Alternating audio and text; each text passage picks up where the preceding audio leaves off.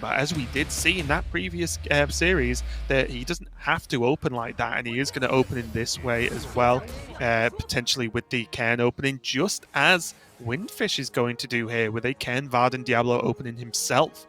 So we'll see if Surrender considers this as what's going to open from Windfish. I do think it is likely whenever these three mercenaries, in a comp, then I do think this is something you have to be mindful of with this opening. And I do wonder if Surrender's going to think about different ways to deal with this. The problem is the natural Diablo counter is Ragnaros, but Ragnaros' ability that counters this is Meteor, which is only 2 cooldown, which means he wouldn't be able to use it for the first 2 turns of the game. And then you think, well, is that then too late? Does Ragnaros die, or does Diablo already get the damage done by that point?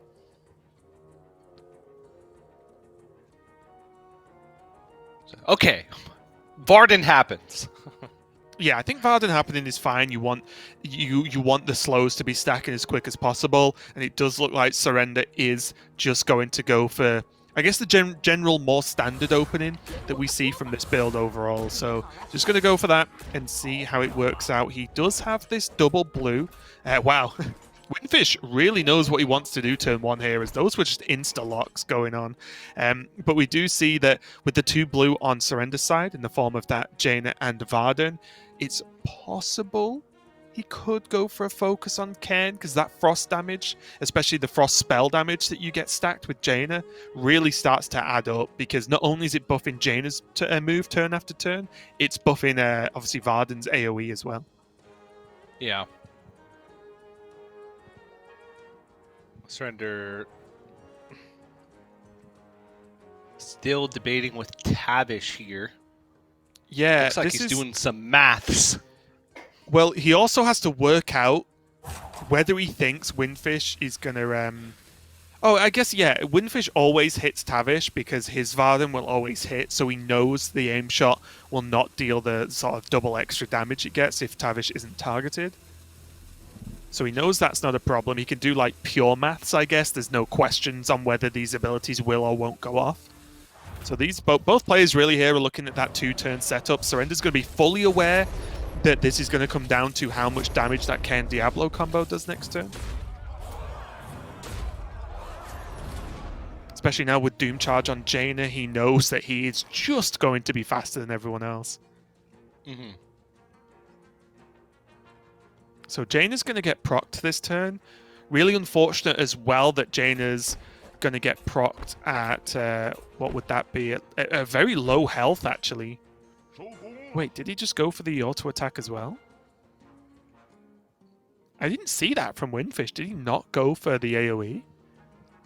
It looked like he targeted Jaina. It was way too fast. Yeah, Windfish, please slow down so I can see what you're doing, because unfortunately I do not read the language. Is it to get a better proc? I don't know. Yeah. It's okay. Now I just want to sit and wait to see what goes on. I imagine. No, go back. What did Diablo do? I missed it again. Click on Diablo, please. Surrender's just making his choice now for Jaina first, by the looks of things, just to see what's going on. I think he did Doom Charge. But let's see what he clicked. So we could go a couple of ways here. I doubt he'll Doom Charge at this point, because generally, well, one, the minions are super slow anyway. Doom Charge would still affect this turn's Jaina ability. Doom Charge is on the left, though, right?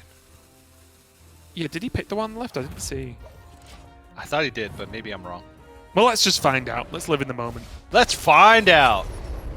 So he's going to stomp the AoE. Oh, no. Okay. Sorry. Okay, so he wanted to stomp first. And what this does then, okay, so what the stomp does here, and potentially the reason for this, is that he gets to proc the ice block anyway, so that's done.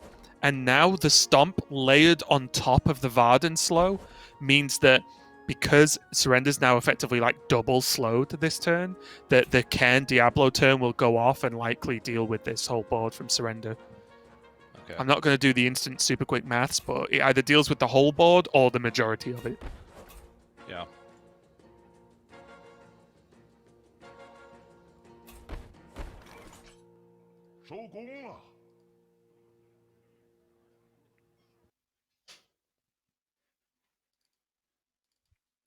And these are really tough decisions here, believe it or not. They sound like they shouldn't be, but when you're expecting to lose most of your characters potentially before you can even act, it gets weirdly difficult to work out what abilities you should queue. Because on one hand, you're like, well, do they matter what I click? Because I'm going to lose. Yeah. But you're never 100% sure what your opponent is going to do, so it could matter, right? So I guess he's just looking at, okay, what do I do now if my opponent doesn't play as I expect? What are the optimal abilities to respond with? Your opponent could be thinking the same thing. Oh, they're just gonna die, so I don't need to worry about what they're gonna do. Just pick the fastest speed things so they get off. Oh, okay.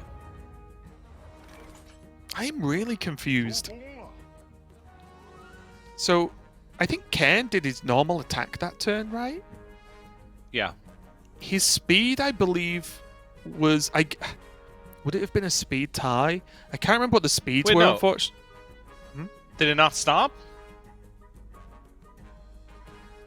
No, he didn't stomp, right? Okay. I think he did his normal attack. Because he stopped like, the previous turn. Yeah, you're right. Yeah, so I thought he was going to go for the Endurance Aura, which then should make Diablo potentially go quicker and beat the tie there, but I'm not exactly sure. But I do find it very odd that he's going for the Diablo AoE and not trying to speed up any of his Diablo itself. So again, a lot of these turns, there's a lot of preparation required, but the turn itself and the fight happens so fast that I'm like, wait, hang on a minute, what's going on? We need to rewind and get can we get a slow-mo replay of what went on there? Because that was so quick. It's kind of hard to keep up with. The bear trap was interesting too, because you've always got to be wary of minion summon abilities when an enemy Diablo is on board, because it will likely die and then just add the buff. So Yeah. now Diablo's frozen, so it's a whole lot of nothing going on there. Yep. Kind of nice positioning though for Windfish, because Cairn's on the right, his most healthy mercenary. Diablo probably dies to a stiff breeze at this point. Same with Varden. But if there's the meteor and he meteors Cairn, then other attacks have to go into Diablo instead, right? But I guess the stomp gets that done anyway. There could just kind of you think about that positioning from the beginning, or it just happened to work out well that way. Well, this is actually this isn't a bad turn from Surrender, right? Ragnaros should stop anything being frozen, so Varden dying won't freeze one of his mercenaries, which is huge, obviously. And then I think here, if he goes Cairn Stomp, and then he can just actually put in a Die Insect to just deal maximum damage and retain the meteor. Oh, this was nice. Wait, this was terrible, wasn't it? Wasn't that terrible from Windfish? Maybe it was just max damage. I'm going to choose to believe Windfish knew that the minions wouldn't be frozen, which is what Cold Snap does, right? If it kills a minion, it freezes the board. Yeah. I'm going to choose to believe he knew that would happen, but I'm not sure I can get over not getting a stomp in on this board, because Ken is going to die almost certainly before he can do anything this next turn for Windfish. Well, is Cold Snap just more damage overall?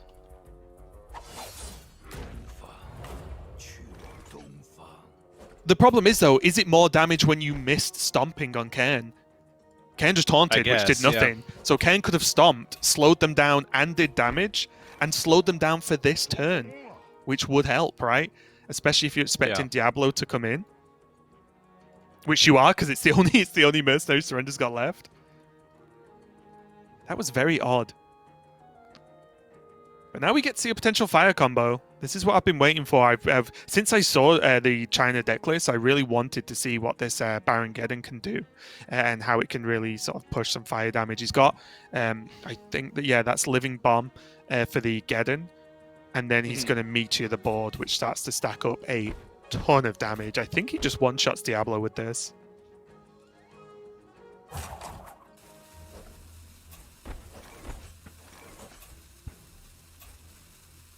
And he's not going to go for it. Okay.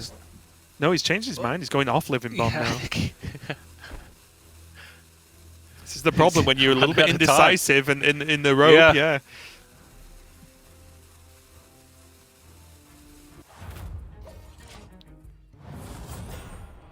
So speed, yeah, that makes sense. But again, this is what I felt could have been avoided, right? Like, Surrender was always going to get that turn off, and that could have been stopped if Stomp happened the previous turn. Yeah.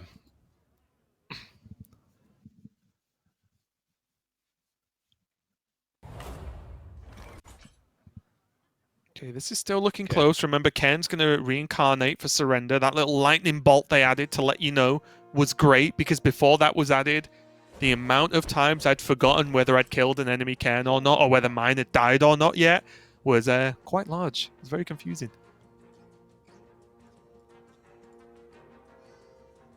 Here, though, no big surprise. This is a pretty big fire combo, actually. All 3 Mercenaries now for Windfish, activating fire, starting off with that 2-speed explosive trap. Yep.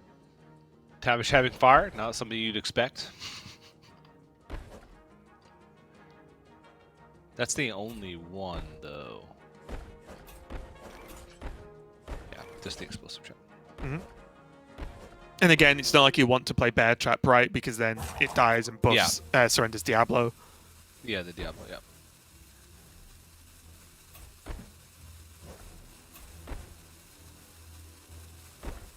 It's like a weirdly close game. Has he changed his mind now? He wants to try and pop Cam. He didn't target with Diablo. Didn't he start off targeting Diablo with everything? He is going to go Living Bomb. Okay, there we go. Living Bomb, there's the combo. That pops off for 1 billion damage, which is pretty cool. And because Tavish wasn't targeted there, he gets the extra damage from the shot too. Oh yeah, and I forgot actually, this was nice and something important to note that I just didn't bring up because I'm an idiot. Let me just triple check before I'm wrong. Yeah, China are actually using the aim shot damage, which is why that did 25 there. The aim shot damage increase equipment and not the wiring. So these traps aren't permanent for Tavish, which is something to keep in mind, of course.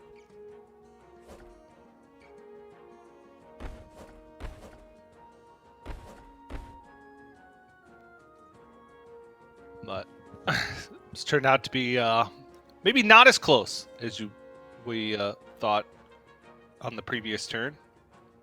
Yeah, I think just the raw health on Tavish is probably fine, right? It's not going to be a big deal. Yeah. The Cairn has been popped for Surrender, so he doesn't have a backup anymore. I'm just not sure this is going to cut it. If the health on Ragnaros was a little bit lower, there's potential, because obviously Ken is doing a lot of damage to Tavish and outspeeds the aim shot. But the problem is suddenly, like, the bear traps start to do work versus a Ken if it ever becomes a 1v1. Yeah, this should wrap it up. So I'm just going to go for the AoE. It is going to go off, but because the way it works, it's not going to be enough health. That is going to end game number 1. And already China getting off to a much, much better start there in this series. Grabbing a victory with that Geddon comp. And I think just that Living Bomb turn really caught them up to any kind of... if they were falling behind at really any point, just the Living Bomb combo with the fire stuff really catches you up a ton. So it's a nice starting point there from China. Yeah, it was just a ton of raw damage on that turn, so we're able to just catch up on the board state. But change of strategy seems to be working out quite well. And by change of strategy, I literally mean just a different lineup queued in Conquest. Which I know that's Raven loves so much. That's don't stop. That's the question, right? Because, like I said, we didn't actually see that deck perform in the last series because it just didn't ever get played. For all we know, that deck's always going to get a win in the series. So this kind of matters, but kind of doesn't potentially as well, right? Like, yes, going 1-up is great, but if they can't get, for example, the Shadow Samuro comp over the line or the Anduin comp over the line, it doesn't really matter if they won with this deck, if that makes sense overall. It's kind of a weird one, but that's what Conquest does to the game, right? And that kind of format where you're forced to actually have a win with every single viable deck. Yeah. So what do you think went wrong there for Team APAC? Because it, at least from what you're saying, it didn't seem like a pretty big mismatch as far as just actual lineups were concerned, right? Yeah, I think basically whenever there's a double blue opening, I think that Diablo opening is going to be strong, right? Because you can set up strong turns.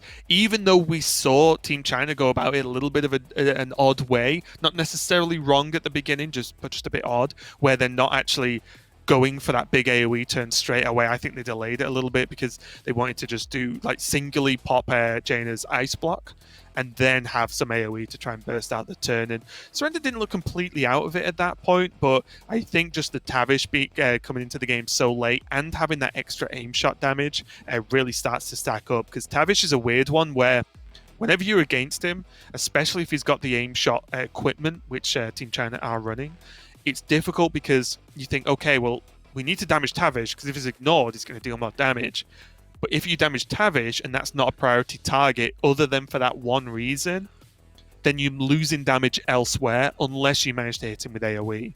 So it's really tricky to manage sometimes, and maybe honestly, depending on how much these players have been practicing on ladder versus practicing like within the team versus each other, it might just be one of those things where they've not really considered Tavish that much, because at least when I'm playing, I just don't see him played anymore. I think Mercenaries at the moment is very much a flavor of the moment kind of lineups you see on ladder. You see like 2 lineups at any given time, but then fast forward a couple of days, you might see one of those lineups and one new one, and then that'll constantly cycle. So Tavish feels like a little bit out of the loop right now, but in a format where you have to build 4 decks and can't just mimic all of the characters, you can see Tavish is still really, really powerful. Yeah. I mean, it changes, right? Because ladder's, such a broad environment, I guess, right? Mm-hmm. Where, you're maybe not at the top of the ladder or where you are, Raven, where you tend to queue against the same opponents, but for the most part, you see like sort of this big wide range of lineups, and you're trying to counter something specific of whatever the flavor is. Whereas in the tournament, you queue everything up beforehand, and you have to operate within like the confines of who your very specific right now opponent is, and the metagame could be completely different than what you might be seeing on ladder as you lead up to the event, as you get ready for that event. So yeah, 100%. Because like, there's the factor here, like when you just look through all the deck lists, although they all now after the submission look fairly similar in overall lineups. For example, someone could just bring beasts, right? Like the full beast opening. And you might get caught off guard with that because you think, oh no, beasts aren't quite. Beasts are like very B tier kind of comp. And you're like, oh no, no one's going to bring that. And if someone does and you're not really prepared for it, then suddenly Beast can just snatch a win. And that's like, one whole win out of the lineup. So yeah, pretty interesting just to see how this is shaken out. But a lot of this just revolving around the combinations of sort of Team Anduin and Team Diablo seem to be the main theme, at least for this tournament in this meta right now. Yeah. It's like we are getting. Was that a Shadow Comp mirror, TJ? It looked like it. It looked like it. All right. So this one's going to be very interesting, and for those watching along, the important thing to keep an eye on, this is mainly for myself as well, is in this mirror, it's very easy to be like, oh, coin flip, because any speeds that are equal to your opponent's ability speeds, you basically, it randomizes who goes first at that point, which is true. Sometimes you can lose games to coin flips, but the best players reduce the chances of that happening and don't just mindlessly jam the same set of abilities on rotation, which are predictable and don't have any kind of interaction with their opponent other than just dealing max damage. So I think, and this might not be the case, but I think it'll be important just to see if either of the players here actually goes for something a little bit different that isn't part of the standard rotation you would expect to throw their opponent off and say, for example, well, this ability might not do the most damage, but it's faster. right? That's one of Yeah. the basic things you can look at. So yes, I might die. I'll probably die this turn. I'll lose one of the mercenaries. But it's the difference between guaranteeing, say, 10 damage or risking a sort of coin flip for 15 damage, right? And you need to weigh those options and see what's worthwhile. Sometimes you do just have to close your eyes and hope for the best. Weirdly enough, in some comps, it's actually better to lose the speed flip and actually go second with certain interactions. But generally, you do have to win some of those coin flips, but it is important just to keep an eye on if anyone does something a little bit different to try and break that structure of the general gameplay rotations you expect. Yeah. I mean, that's how you gain an edge, right? And not just leave it up to coin flip.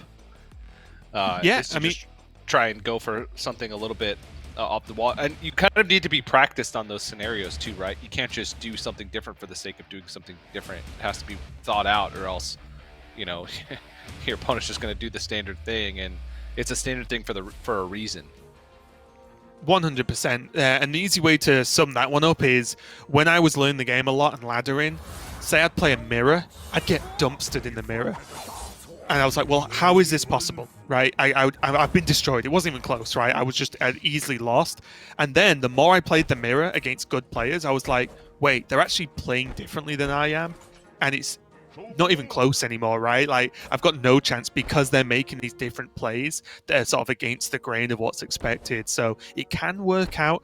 We are seeing as we dive in, of course, to this mirror. I mentioned earlier today that this opening can't really be tinkered with.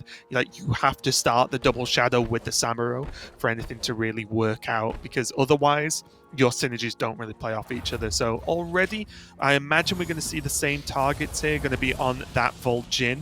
But here, again, this is a big deal, right? That tie was huge because now one of the Vol'jins is slowed and the other one isn't. So there, look, there's like the big difference now, right? Gia's Samuro has more health, and so does the Natalie, just because of the way the ordering of the abilities ended up panning out. I'm just going to triple check here. So China's Samuro is on the... Oh, where's it gone? Is on the Burning Blade, and the APAC Samuro, is also on the Burning Blade. I just wanted to triple check just to make sure. Some players really do jump between the extra mirror images and Burning Blade. We're continuing to see essentially mirrored actions on either side. And look at this again, the same kind of strategy as I talked about earlier, where when Cairn is very likely to be the first mercenary in from the bench, kill him, because then Diablo sucks. So you can see now that each opponent's Samuro looks scary, right? 20 attack that potentially kind of has Wind Fury. That's a huge amount of damage, but no, you've got to kill Cairn because you play for the long game. It's not just about sniping one mercenary every single turn.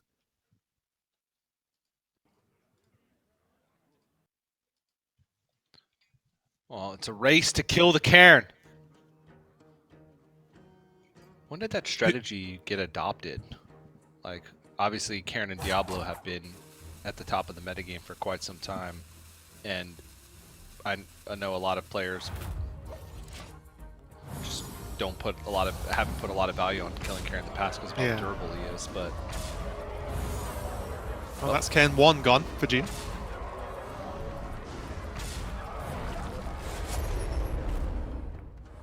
And that's a big deal. Gone for Valera. Yeah. It's a huge deal, right? It just already, Valera is that one step ahead. The only thing to bear in mind, though, and it depends really if this Cairn lives long enough to use an ability for Gia, is that Diablo now is so much weaker on low health before being reincarnated, because now with the new change, which in case you don't know is if Diablo dies first before he uses an ability on a turn, he will not reincarnate and use that ability. He just passes the turn basically. So although Valera's Cairn is still initially alive, if damage comes out quick and kills that Cairn, it will effectively pass the whole turn anyway. So although it is bad for Gia, you obviously don't want to lose your Cairn reincarnate first. there's still some small ways Gia can actually try and pull back. Yeah.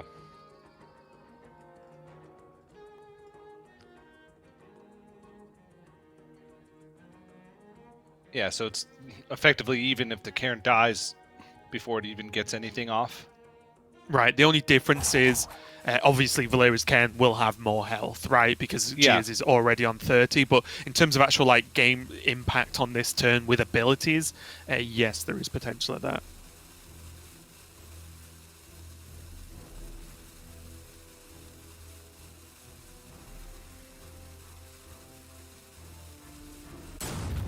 Both players seem to be taking their time with this one. Not surprised. Interesting. Samuro going for that AoE. The Cairn's popped, but that was a huge swing turn there. Valera just deciding to go for the AoE to help clear that board, and also, you know, on that chance just to protect the Samuro, because once again, this Samuro now still being alive, this is putting Valera very far ahead indeed. And suddenly, again, Cairn's dead. So now Diablo looks a little bit rubbish on its own. There is the Ragnaros as well, which can now almost guarantee get that meteor off.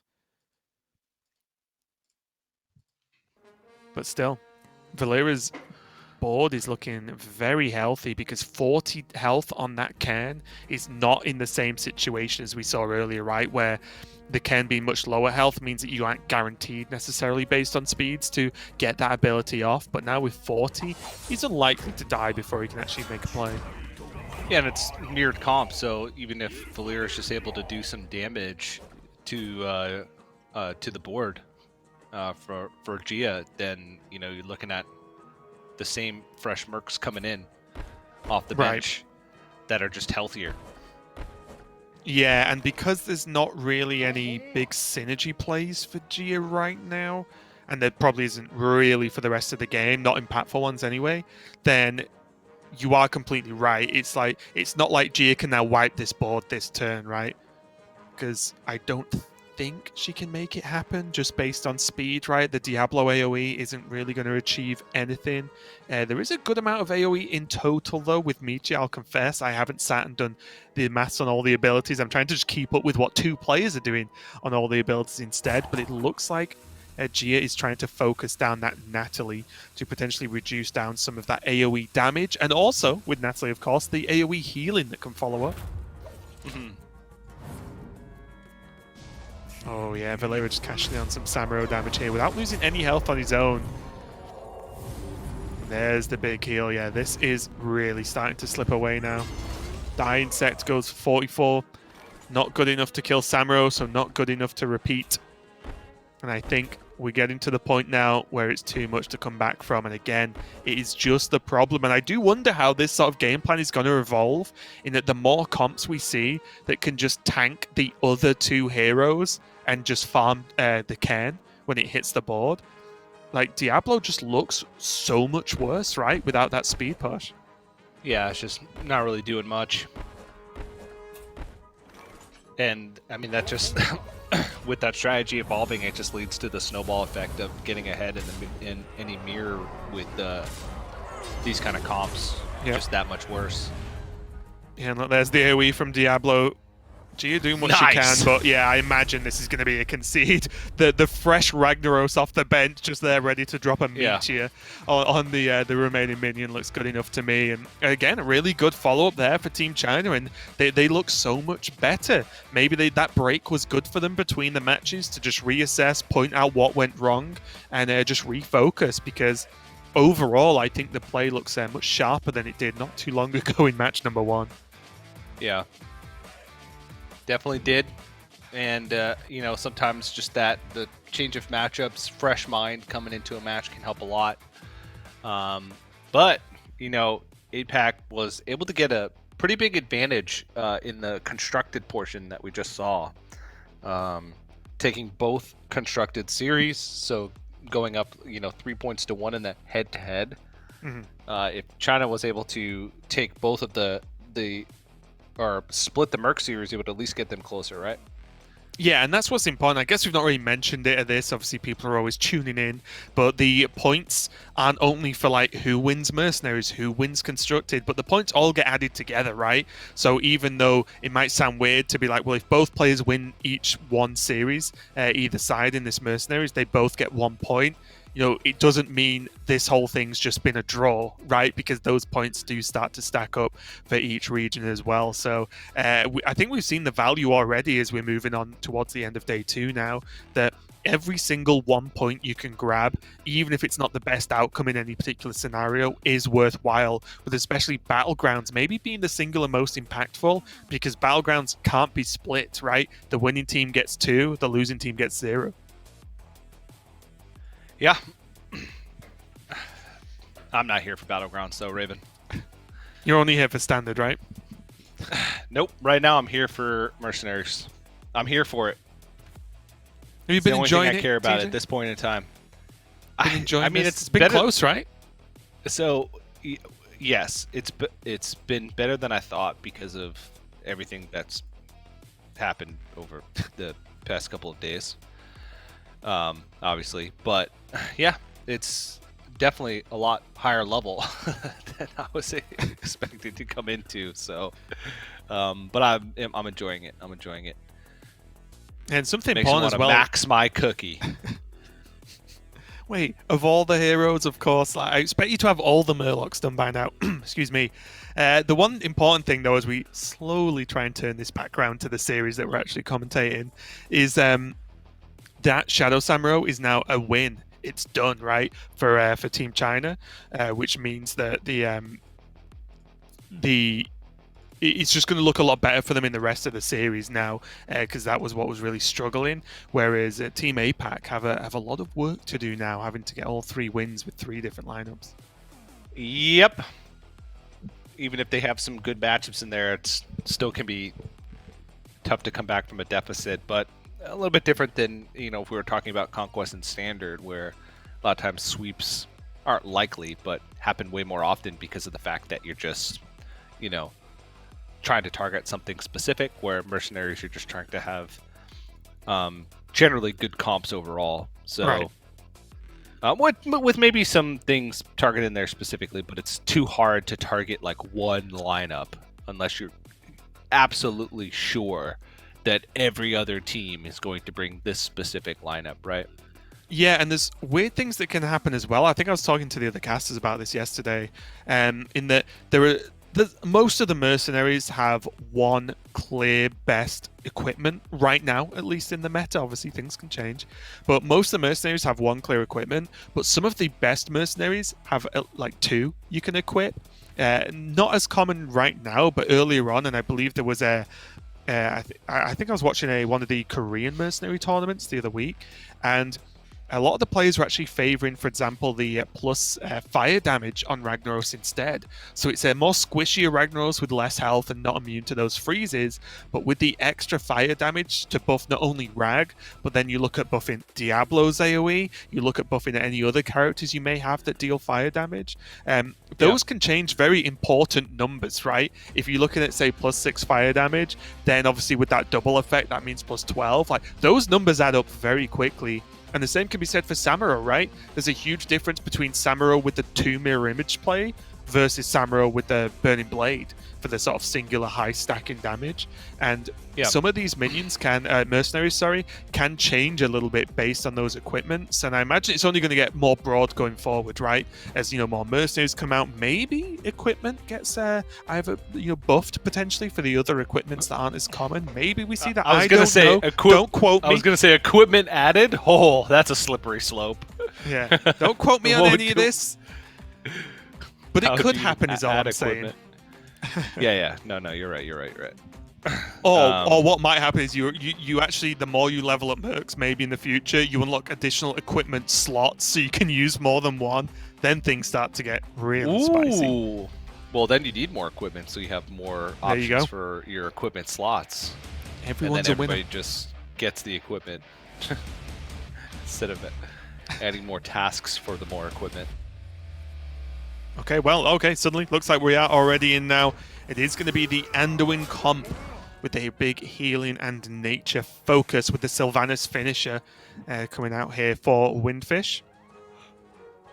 Whereas Gia on Team APAC does have a slightly different focus comp, right? It's the Cairn, Diablo, and then Samuro, but and a very interesting order here with Malfurion, Brukan, and Cookie as the starting three. This is not super common, at least in my experience. It's a nature start. There you go. It is a nature start, but a lot of the time I think Cookie is often held in the backline. But I do think this is interesting because one, it's maximum nature heals from the Malfurion equipment, as all three characters deal nature. But also, I'm wondering if the plan is to try and stack bleeds on the enemy team here, which to help reduces the effect of all this healing from Windfish's side. Doesn't that just make the Anduin harder to deal with then? It does, but the problem is, so the issue with this lineup in general against Anduin is this nature comp doesn't generally do tons of damage, right? Like the ability from Malfurion deals 10. The Brukan can obviously pop off with Chain Lightning, but Cookie does minimal damage at best. So I think the plan is to like weirdly out sustain the sustain comp. I'm not sure if it'll work, TJ. Okay. I'll be honest. I told you I don't have Cookie maxed, so I haven't been able to try something like this myself. I'm just guessing at what the plan could be with this opening specifically, because normally with this kind of comp, you would probably look at a Samuro opening instead of the Cookie. So I'm excited to see what happens. All right.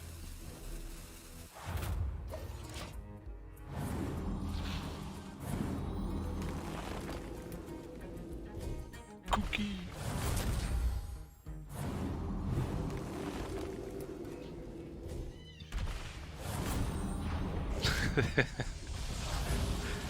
Deal a little bit of damage, make something bigger, deal a little bit of damage, make something bigger. All right. Yeah. Back to square one. It may well actually just be more likely as well that Gia's plan is to just stack the fish, right? And just try and use the fish on cooldown, so and then kill it off to just try and stack the variety of different buffs you can get as well, which could again help out with some of the crazy numbers Anduin can get to. Yeah. But yeah, this is a very weird matchup just because of the nature of how much healing goes across. But again, both players focusing on Malfurion. He's the one that, although not the highest damage output character you're going to see, does provide the biggest frustration for the opponent, basically, allowing that AoE turn-by-turn heals.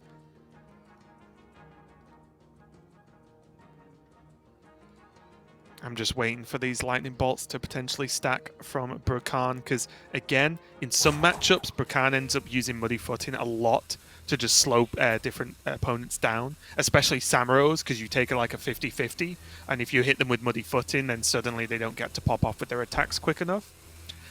Or you can sometimes target the other thing that procs Samuro to try and like make Samuro only hit him once, but I think here, again, Gia's going to try and just stack this Brukan and go for like the biggest chain lightning known to man.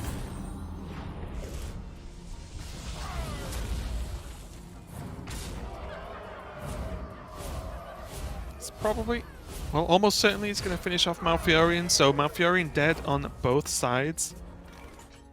I do wonder now what the follow-up is, if Windfish is confident to just drop Cookie himself and try and get some healing down. One thing's for certain, this Anduin's going to be massive. Yep. Already is quite massive. 102 health. A cool 102. Okay, so going Cairn. This is really interesting because, again, there is the fear that the target focus just becomes Cairn. Maybe the idea here is if Windfish goes... So it could be a sort of half win-win scenario. We'd have to look at how the numbers play out. But if Windfish focuses Cairn, like we've been talking about, is generally the plan in this scenario, and kills Cairn, great, it's not going to combo with Diablo, but all during that time, it means that Brukan is likely just staying very healthy, which then means that this spell damage is just stacking and stacking and stacking, and then Chain Lightning will just one-shot the whole board at some point. I've seen it happen. It's crazy. All right, well, we'll see.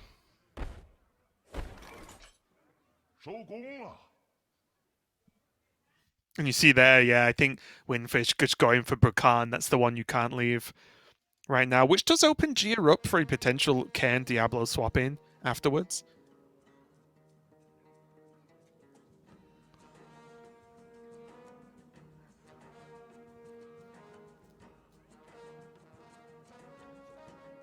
I'm watching closely at this Brukan choice for Gia. Yeah, I think she'll probably have an inkling that Windfish can't just let Brukan live the whole game because of the damage. Yeah. So I do wonder if it's going to be like, I didn't see what she locked in for Cookie, but I'm wondering if this is like a fish summon turn with Chain Lightning. It's kind of scary though, because the lightning can, well, depending on what she aims at, can hit the fish, which then takes damage away from the actual mercenaries you want to target. Yeah. So yeah, did just go for the insta-kill there, which looks good to me. Again, if Cookie gets that killing blow with their base attack, then it gives the rest of the team health. And Brukan lives.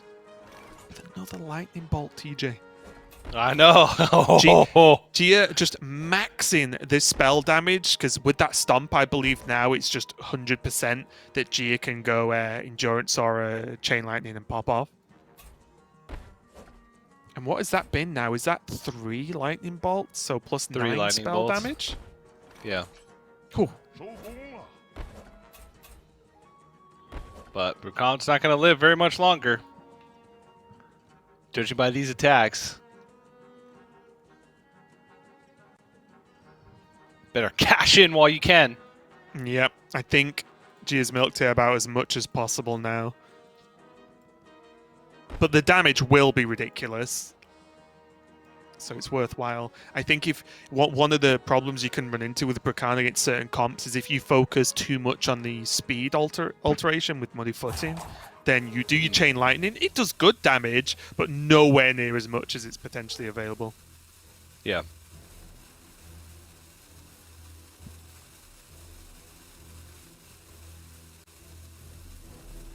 So both players fully locked in, just trying to think things through. Oh, it's painful, that, isn't it? The 1 health. Oh! Was that another lightning bolt? That's 4! Oh. Wait a minute, though. That's a What? huge problem. Windfish can just play Cookie and kill Brukan, right? Am I missing anything? No, you're not. Oh, I really thought the chain was going to come out. Maybe G was just max greed and just trying to just do something. Yeah. Yep. Insta! I think that might have been a little bit too greedy. Here's a freebie. If you ever lose your Brukan and don't play Chain Lightning when you could have, then you probably did something wrong, right? Unless you got 1 turn killed, obviously, which then you can't play Chain Lightning. But yeah, if Chain Lightning was available and you didn't use it, something might have gone wrong. Again, I can respect the decision to maybe say, I need to stack this more, because basically Gia could be relying on this Chain Lightning killing Anduin. And obviously on 122 health, maybe more, you do need a sort of maximum amount of damage. But the problem is, with the knowledge that, or I would feel that Windfish was likely to kill Brukan at this point, that much spell damage just can't be ignored. And the fact that Cookie is on the bench, like, surely this outcome was obvious, right? With Cookie's 2 speed base attack, which is so fast, and like the low health from Brukan, this was very, very likely to happen. And now Gia lost the Brukan, doesn't have Chain Lightning, but there is a fish on the other side of the board, which might help out. And I'll already put my hands up. I'm very sorry. I don't know what each fish does by its picture. Do you, TJ? No. Okay. I'm about to look. I'm gonna look it up though.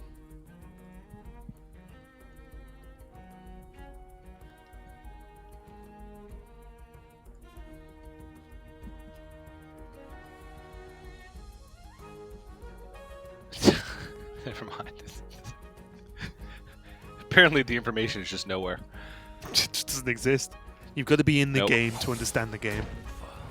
But here you can see slight problems here, although Gia does have the Endurance Aura and Diablo combo here, so it's not all lost at all. She did lose the Chain Lightning, but it's not like it's Chain Lightning or she insta-loses the game, right? There's still some game left. Ken still has Reincarnate. Cookie's still there, just doing Cookie things. There's still Samuro in Gia's on Gia's bench, should I say, which can push a lot of damage, especially considering 2 of the Mercenaries on the board for Windfish are blue.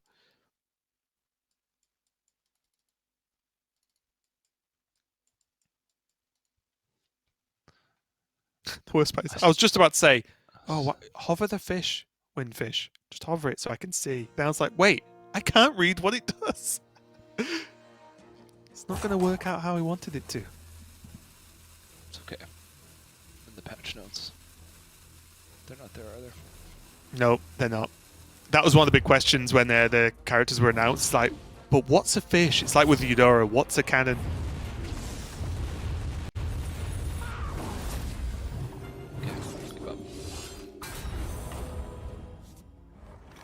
All right, first Karen. But what? And you can see, what about second Karen? And you can see the game plan though, right? And why already the level of players you can tell is quite high. And I can tell you this, right? On ladder games, this type of game, Anduin would be on like 160 health still, or something at this point, right? Whereas 93 feels doable with a Samuro on the bench, right? So this is still not completely done for Gia. It's not looking great, but the Diablo's healthy, the Cairn's healthy. This turn for Sylvanas is interesting because there might be some merit to do the kind of hysteria play from Sylvanas. It's something you almost never see. The times I've seen it recently are when there's a Mookla on board and it's buffed itself, like I talked about earlier. Suddenly, if Mookla's randomly in the middle and it gets to like double attack, that's huge. Yeah. But it does depend on what Windfish is going for here, but maybe that's better than gaining the attack. It's definitely a tough sell to not press that gain attack button now while you can. But it all depends on how the numbers add up here for Windfish. If he can kill like the Cookie and the Cairn this turn by doing that, and then if he can't kill it if he doesn't, I think he should take the double kill.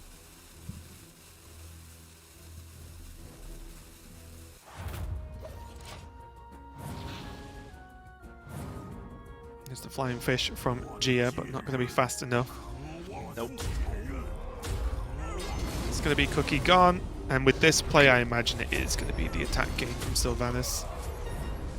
Yeah, it makes sense. Like I said, it's a big ask, but look at the difference in the attack now. A 70 attack Sylvanas. The mirror images adding to that. The fish adding to that. All sorts of stuff that's gone on. And it's also one of the weird outcomes of the fish being summoned by Cookie is that they do stack for Sylvanas.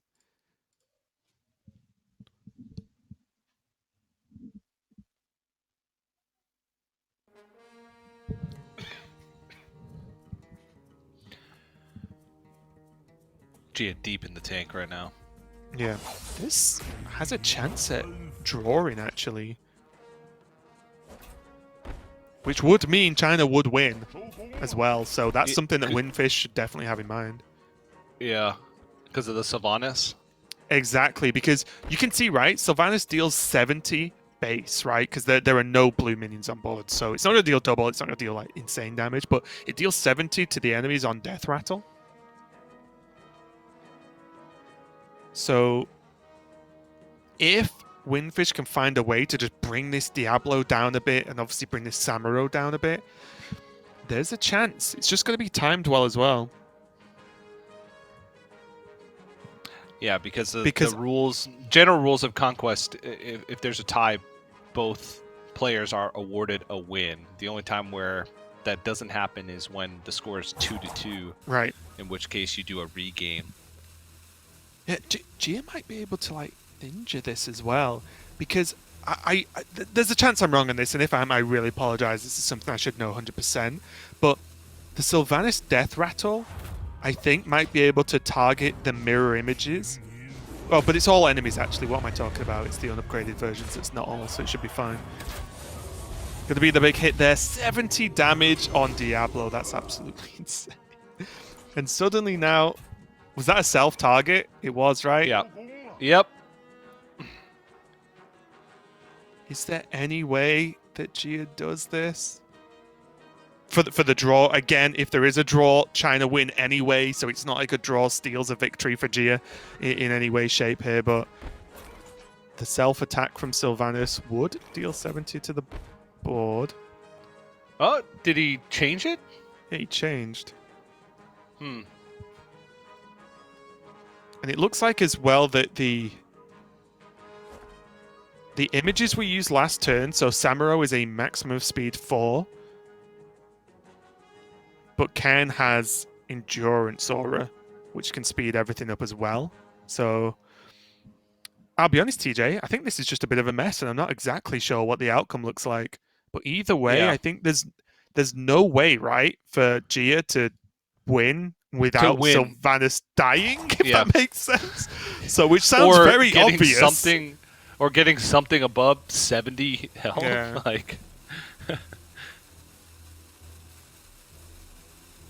seems impossible. Wait. Can Ken speed and then Samuro does the whirlwind? He's immune now. Oh. But the problem is she doesn't kill doesn't kill Sylvanas, right? Yeah. So it's same issue, and now that's just going to be it, I believe. Yeah, there you go. It's just going to be. It was a good effort, and that's why I was sat there saying it's just a bit of a mess with the options. The whirlwind was a good shout. If Gia could have killed Sylvanas, that would have been an incredibly clutch play there and would have stole that game away. But China respond in kind to their first loss to APAC in the previous series with a strong win of their own. So, wow, pretty even based on what we've seen. I was very surprised to see a 3-0 either way, TJ. Yeah, sweeps back and forth. Kind of crazy. It looked like Gia and Surrender had Team China's number in that first series, but got completely flipped on its head. And we got to see a ton of different matchups too, right? It wasn't just the same queue order, same lineups that we got to see. It was essentially a unique game, a unique series through and through as far as the matchups back and forth. So well done to China, because I was kind of counting them out after watching that first one. Yeah, and I think a couple of highlights from both of those series for me is the Geddon lineup from China. I was looking forward to seeing it, and it didn't disappoint, right? Team China won that game in a straightforward manner. And then also just it was Gia, right, who played the Shadow Samuro against the Anduin comp from Team China, and that taking a win, I think, is a big deal. I think I saw people in chat earlier on when we were on our break just talking about like, oh wait, this comp can beat the Anduin comp? Cool, I'm going to rewatch that video again, rewatch the VOD, and see what went on to cause that to happen. So it was like I was saying earlier, although there are baselines of what comps are favored versus other ones, that's still just a straightforward way to look at things, and there are certain things you can do, right? Certain different plays you can make, different approaches, different starting comps potentially, and also just the chance that if your opponent makes a slight slip up and you stay on form, you can just grab a win in that, because we've seen now, I think every time we've seen Mercs on stream, which of course has not been quite as often as we would like so far, we've seen players make mistakes. Right, and for a mode that has 3 characters at any given time with 3 potential abilities every turn, that sounds like it shouldn't happen. It sounds simple, but when you combine it all together, we have some incredible Hearthstone players and just strategy gamers in general saying this game mode is incredibly difficult to play at a high level, and you can see that, right? APAC dominated match number 1 with a 3-0 victory. And then with the same lineups from both sets of players, China then dominated round number 2. So a pretty impressive play overall. And for me, it just backs up that I really do think these are the 2 regions for Mercenaries right now in this tournament. Yeah, what's crazy to me also is that sort of these cross-format players, right? Players that are playing a format that in the past you wouldn't necessarily expect from them. And that goes many ways, right? That goes constructed to Battlegrounds, constructed to Mercenaries, Battlegrounds to Mercenaries. The only way we really haven't seen is Battlegrounds to constructed. a player that's known Right. specifically for Battlegrounds going to Constructed. I can't think of a single player. Oh We yeah, could- RDU. Oh, of course. Yeah, I mean, right at the start of the day, unfortunately, because of some timing issues, Dog couldn't make the first lobby of Battlegrounds for Americas, and Luna just stepped in and just did well in the first lobby and then stepped Top back four, out again as yeah. Dog returned. And that's Yeah. just impressive, and it's very similar. I think I was talking about this yesterday, where, for example, Dog, like kind of mains Battlegrounds and has done for a while, but at the start of every standard expansion, he'll play it and do extremely well, and if he ever wanted to return to Constructed, Dog would just go back to being one of the best players you see, and at least one of the best players in the Americas. Yeah, it's crazy. Dog is one of the players that went out on top in style. Like, won a Masters Tour, topped the season of Grandmasters, and was like, all right, I'm going to go and play some Battlegrounds back in a bit. yeah. I'm going to go play a format that isn't even released yet. Yeah, but it's been pretty impressive to watch over the past couple days. And also just like a bunch of unique formats that all, a lot of crossover, but that all have, this kind of crazy layers of depth, right? All three Battlegrounds Constructed. And now, as we're discovering Mercenaries too. So I think this is a really cool event. Yeah, really is 100%. I think it's pretty cool as well. Like, we've seen Mercenaries gain extra heroes as well pretty quick after launch, which honestly I wasn't expecting. So fingers crossed we keep seeing that added, and we get to maybe have a whole team of cookies in the future, DJ. Oh, the dream. Wait, what? Wait, 3 cookies? You can't do that. There might be a character. Maybe it's a character that lets you duplicate, and you can just have 5 cookies in that character. Yes. Faceless Manipulator, new mercenary, let's go. It's not really a big name, though.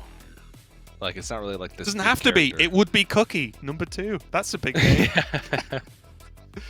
Yeah, it's the reworked version of Cookie, because Deadmines was reworked in Cataclysm, right? It was I think reworked so, yeah. into like a high-level dungeon Yeah. in Cataclysm. That version of Cookie. There you go. Sounds good to me. All right. Well, we have come to the end of our day number 2 here for the Hearthstone Global Invitational. And it's time for Raven and I to say goodbye. But don't you fret, because we'll be back in actually not that much time. Like 8 I've got hours my sleeping from now? bag ready. I'm just going to get straight in and then get straight out again. Yep. And I believe it's Raven and I opening the show for day number 3. So we're just going to be right back in these very seats. But thanks for everybody who's tuning in, and obviously thanks to production for dealing with all the issues over the past couple of days. It's tough getting that many players together to play 3 different formats across the globe. So big shout outs to everybody involved for making this cool event possible. But that's it for me and Raven. Thanks so much for watching, and we'll see you tomorrow for more of the Hearthstone Global Invitational.